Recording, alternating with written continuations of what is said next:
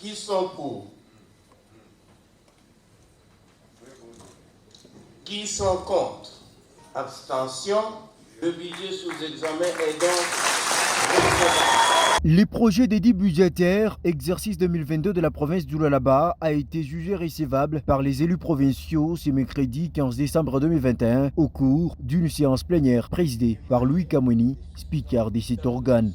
Bien avant, Madame le gouverneur intérimaire du Lualaba était face à la représentation du peuple pour répondre à leurs préoccupations soulevées après la défense du projet d'édit budgétaire. L'autorité provinciale a, au cours de cet exercice parlementaire, donné des réponses claires et précises, secteur par secteur. Secteur de l'eau. La province a financé les travaux de réhabilitation des 32 anciens puits dans la ville de Kolwezi, jadis forêt, sous la supervision de la direction technique.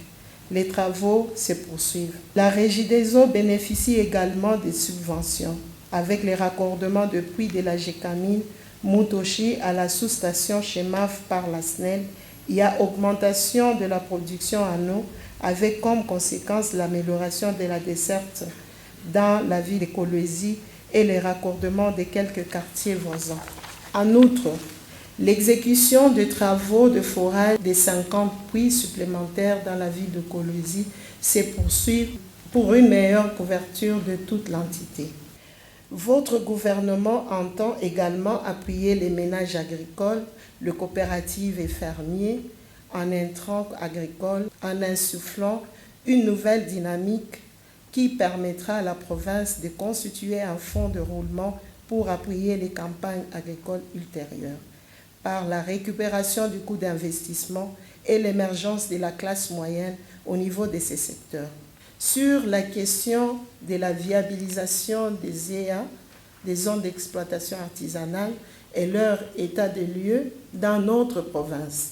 3 zones d'exploitation minière artisanale sont concernées. Il s'agit des ZEA 076, 078 et 297. Leur viabilisation professionnelle en cours est assurée par la firme congolaise Dimiex en contrat avec la province qui bénéficie de l'accompagnement technique de la CGT et ce, sous financement de la société Sicomine. Concernant les infrastructures, Masuka Saini a rassuré les députés provinciaux la ferme volonté de l'exécutif provincial de doter tous les 5 territoires des infrastructures viables en conformité avec la vision du président de la République Félix Tshisekedi Tshilombo qui ne jure que par procurer au peuple lualabais une qualité de vie à la hauteur de ses richesses naturelles. Au chapitre de la fourniture en eau et électricité, la première citoyenne de la province du Cobalt a réaffirmé l'engagement de son institution à mettre en œuvre le projet du barrage hydroélectrique de Boussanga et le forage des bornes-fontaines à travers toute la province en vue de pallier ses déficits. Fifi Masuka s'est également réjoui de l'attention particulière de ses élus du peuple sur l'amélioration du vécu quotidien du peuple lualabais. Étant moi-même issu d'une famille modeste, je me sens profondément attaché au peuple.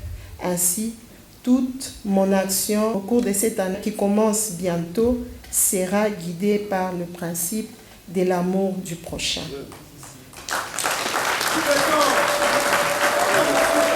Je veillerai à ce que mes compatriotes du fin fond de tous les 5 territoires bénéficient tant soit peu des retombées de l'action gouvernementale.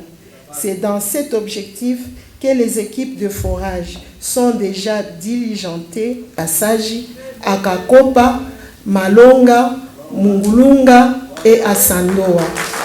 Au sortir de la plénière, Fifi Masuka a eu du mal à trouver un passage suite aux milliers de ses administrés venus volontairement lui donner un coup de pouce moral dans cette bataille démocratique.